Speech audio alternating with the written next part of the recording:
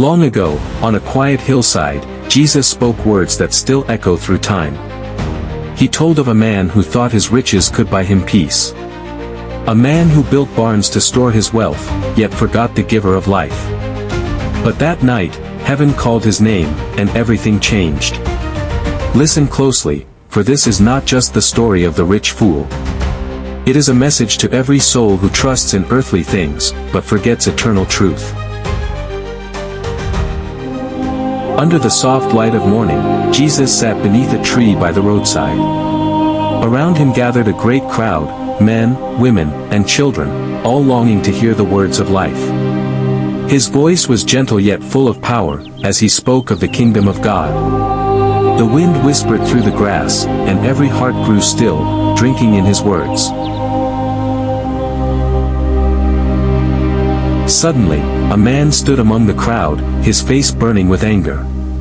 "Teacher," he shouted, "tell my brother to divide the inheritance with me." The crowd grew silent. But Jesus turned to him with calm eyes and said nothing yet, only looked with compassion.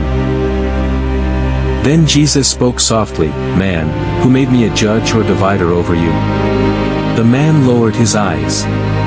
And Jesus said to the crowd, "Take heed and beware of greed. For a man's life does not consist in the abundance of the things he possesses." Jesus looked around the crowd and began to tell a story. "There was once a rich man whose land produced plentifully," he said. But the man did not thank God. He only thought of himself. And the people leaned in, listening to the story of the rich fool. The rich man walked through his golden fields. The harvest was more than he had ever seen before. His workers gathered grain until the barns could hold no more. The man smiled proudly and said in his heart, "My land has brought me great wealth." His barns overflowed with grain. Baskets were filled to the brim. His servants rejoiced, but the man thought only of himself. He said, "What shall I do? There is no more room for my harvest."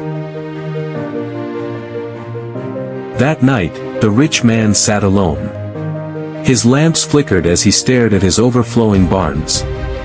"What will I do?" he murmured. "Where shall I store all my goods?" Yet his heart never turned to thank the giver of his blessings. And the man looked at all he had gathered, his barns overflowing, his tables filled with bread, wine, and meat.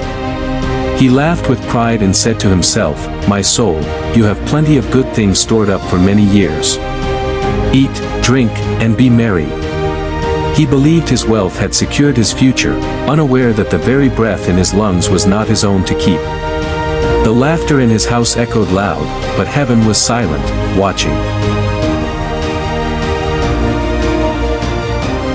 Standing before his mirror, he said to himself, "Soul, you have plenty stored up for many years. Take your ease, eat, drink, and be merry." As he lay in bed, a mighty voice broke the silence. "You fool! Tonight your soul will be required of you." The man awoke in fear. Lightning flashed. Thunder roared. And his wealth could not save him.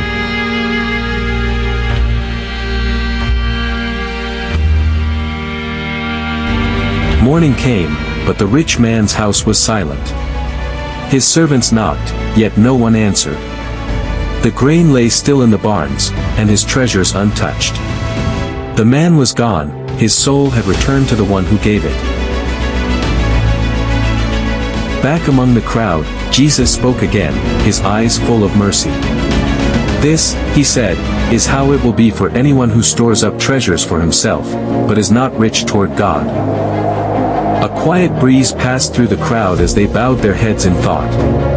For the words of Jesus pierced their hearts, and still speak to us today. Thank you for watching this story.